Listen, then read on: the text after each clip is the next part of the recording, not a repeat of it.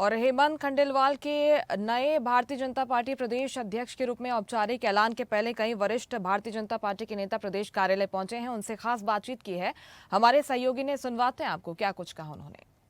मध्य प्रदेश के deputy CM Rajendra Shukla ji मेरे साथ हैं। सर, आज जो है बड़ा कार्यक्रम है और अब सिर्फ ताजपोशी है, निर्विरोध अध्यक्ष चुन लिए गए।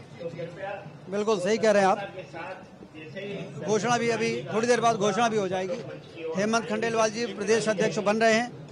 वो अनुभवी हैं, जमीन से जुड़े हुए कार्यकर्ता रहे हैं और इसलिए कार्यकर्ताओं में उत्साह है। तो संगठन पर्व अलग तरीके से रहा अभी तक, अगर हम देखें तो किस तरीके से अब उत्साह भी दिख रहा है और कितना चेंज आएगा आपको लगता है, क्योंकि आपने तो लंबे समय काम किया है। यहाँ तो बूथ से जुड़े हुए जो कार्यकर्ता हैं वो एक बड़े सिस्टमेटिक तरीके से हमारे यहाँ काम होता है।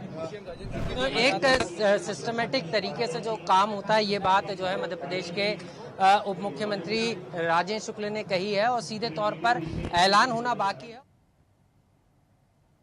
प्रक्रिया अब अंतिम चरण में है। अभी चुनाव अधिकारी और चुनाव अधिकारी घोषणा करेंगे।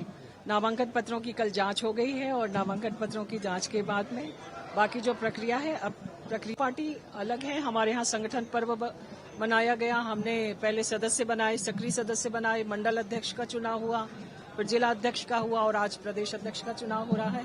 तो एक लोकतांत्रिक प्रक्रिया के तहत हमने नीचे से लेके ऊपर तक का हम चुनाव करते हैं और इसके बाद हमारे राष्ट्रीय अध्यक्ष जी का चुनाव होगा। मध्य प्रदेश में मन रहा, अब हेमंत खंडेलवाल जी के हाथ में कमान है, कैसे देखती हैं? एक संगठन ने जो निर्णय किया वो निश्चित रूप से परंपरागत तरीके से वैचारिक अधिष्ठान के माध्यम से जुड़े हुए हैं और निश्चित रूप से वो पंच निष्ठाओं की रक्षा करते हुए भारतीय जनता पार्टी को सफलता के चरम पर ले जाएंगे, ये हम सबको विश्वास है। संगठन का आपको भी काफी अनुभव है, बचपन से रही हैं, संगठन को समझा, और हेमंत खंडेलवाल जी भी ऐसे ही परिवार से आते हैं, पहले संघ की पृष्ठभूमि और उसके बाद राजनीति भी सीखी। तो क्या लग रहा है आपको आने वाले समय में, क्योंकि अभी चुनाव तो नहीं है लेकिन युवाओं तक पहुंचना है, युवा पीढ़ी को बीजेपी से जोड़ना एक बड़ा टास्क तो है। ये टास्क है और इसको हम सबने भी अपने संज्ञान में रखा हुआ है और हेमंत जी के नेतृत्व में निश्चित रूप से बहुत बेहतरीन काम होंगे। बहुत बहुत शुक्रिया हमारे साथ जुड़ने के लिए। तो उषा ठाकुर जी हैं, पूर्व मंत्री रही हैं मध्य प्रदेश की, सीनियर बीजेपी विधायक हैं, जो साफ तौर पर कह रही हैं कि हेमंत खंडेलवाल जी को कमान सौंपे जाने से कहीं ना कहीं भारतीय जनता पार्टी में एक नई मजबूती और एक नई ऊर्जा का संचार होगा। विरोध चुन लिए गए, सिर्फ ऐलान होना बाकी। हृदय से बहुत सारी बधाइयाँ, बहुत सारी शुभकामनाएं। और हेमंत जी सही मायने में संगठन के लिए बने हैं।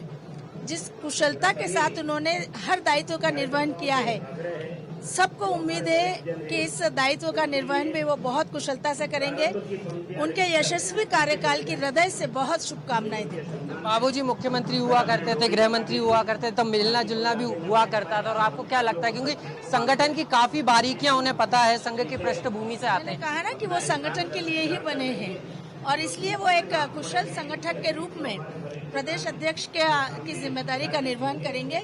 सबको पूर्ण विश्वास है। लेटेस्ट खबरों के लिए लाइक, फॉलो और यूट्यूब पर सब्सक्राइब करें, बेल आइकन दबाएं, साथ ही विजिट करें swedishlive.com पर।